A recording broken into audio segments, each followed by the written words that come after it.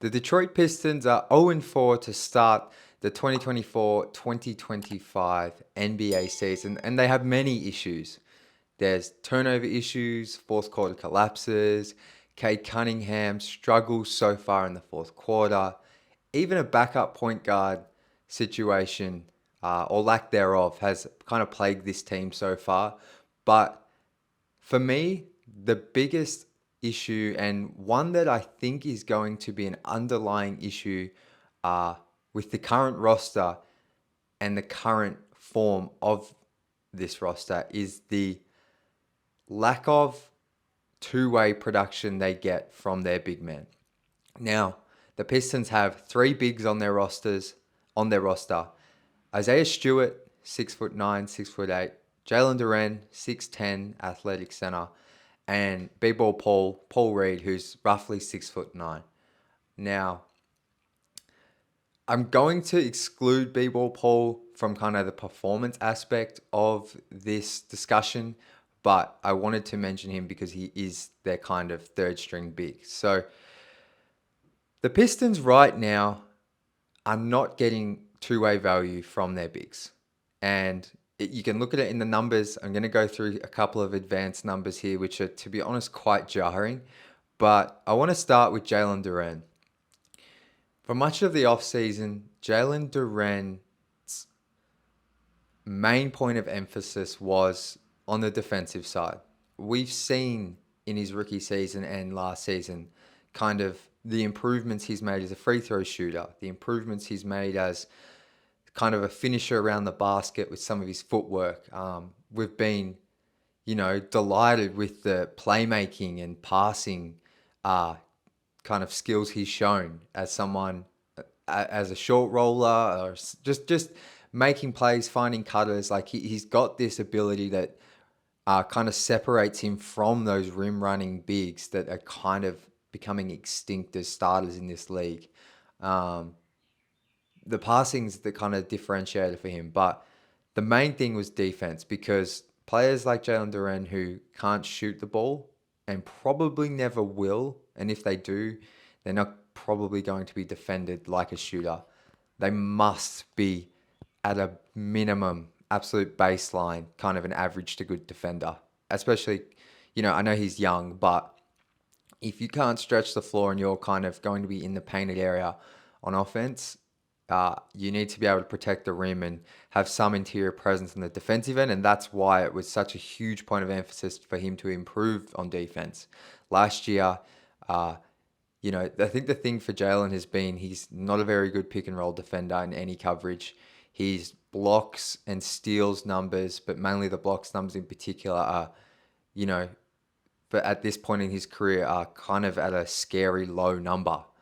I would say Andre Drummond, who Jalen Duren gets compared to a lot, had shown a lot more as a shot blocker in his first 2 to 3 seasons than Jalen has. Now, hence for like the emphasis on him improving. And from what we have seen, it was kind of hard to tell in the preseason, but from what we have seen from Jalen so far, if you've watched the games, you can see that the improvement, whilst it shouldn't be expected that he's going to be some all defensive type center this year or even next year, you haven't really noticed him on the defensive end outside of some hustle plays and getting some steals and highlights. And the numbers show it. Jalen Duren. So these are two numbers that. So I'm gonna go through his box score stats and then some of the advanced numbers, and take these for what you want. I know some people don't like advanced numbers, but I think these paint a pretty clear picture of where Jalen Duren is at. Jalen Duren, in his third season at 21 years old, I believe, is averaging 11 points, 10 rebounds, 3.3 assists, 1.3 turnovers, 1.5 blocks in just under 30 minutes a game. Now, those are really impressive numbers.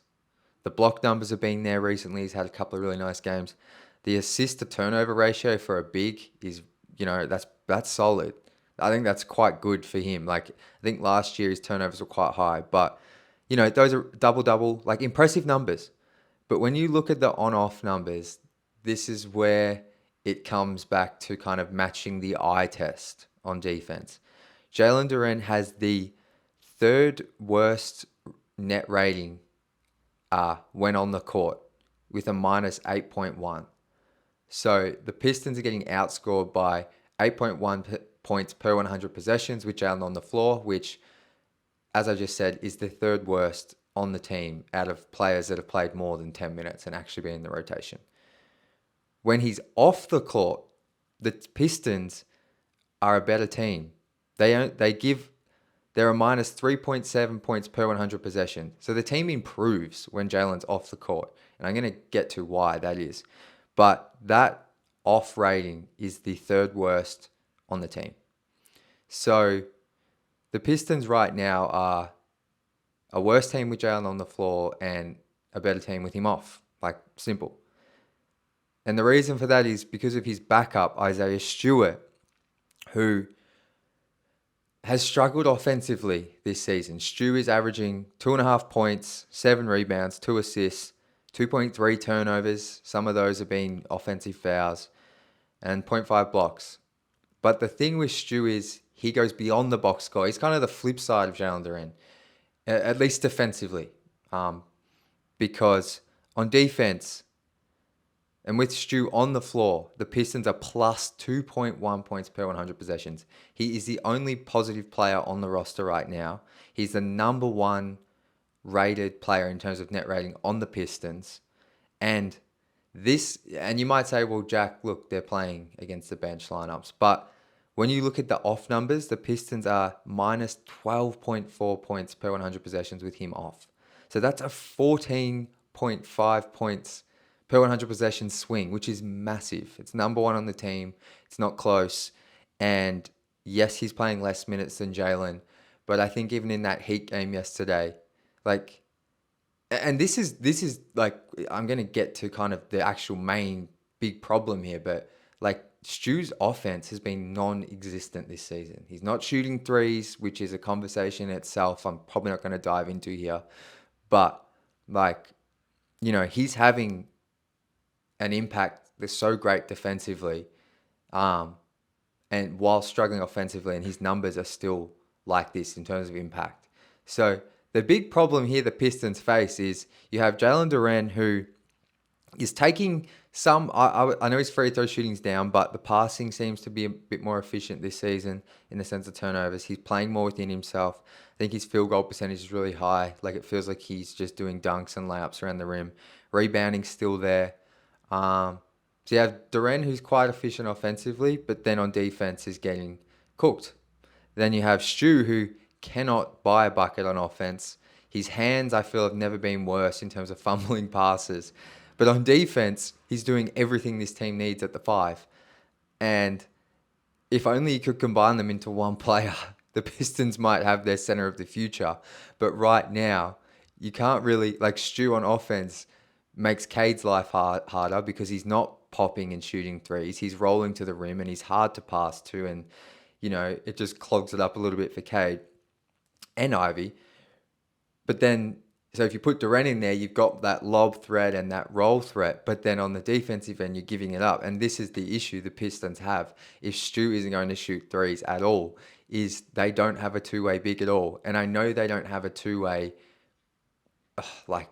they kind of don't really have a two-way player on the roster unless Cade's locked in defensively. But at the center position, you need to have someone who can defend. And,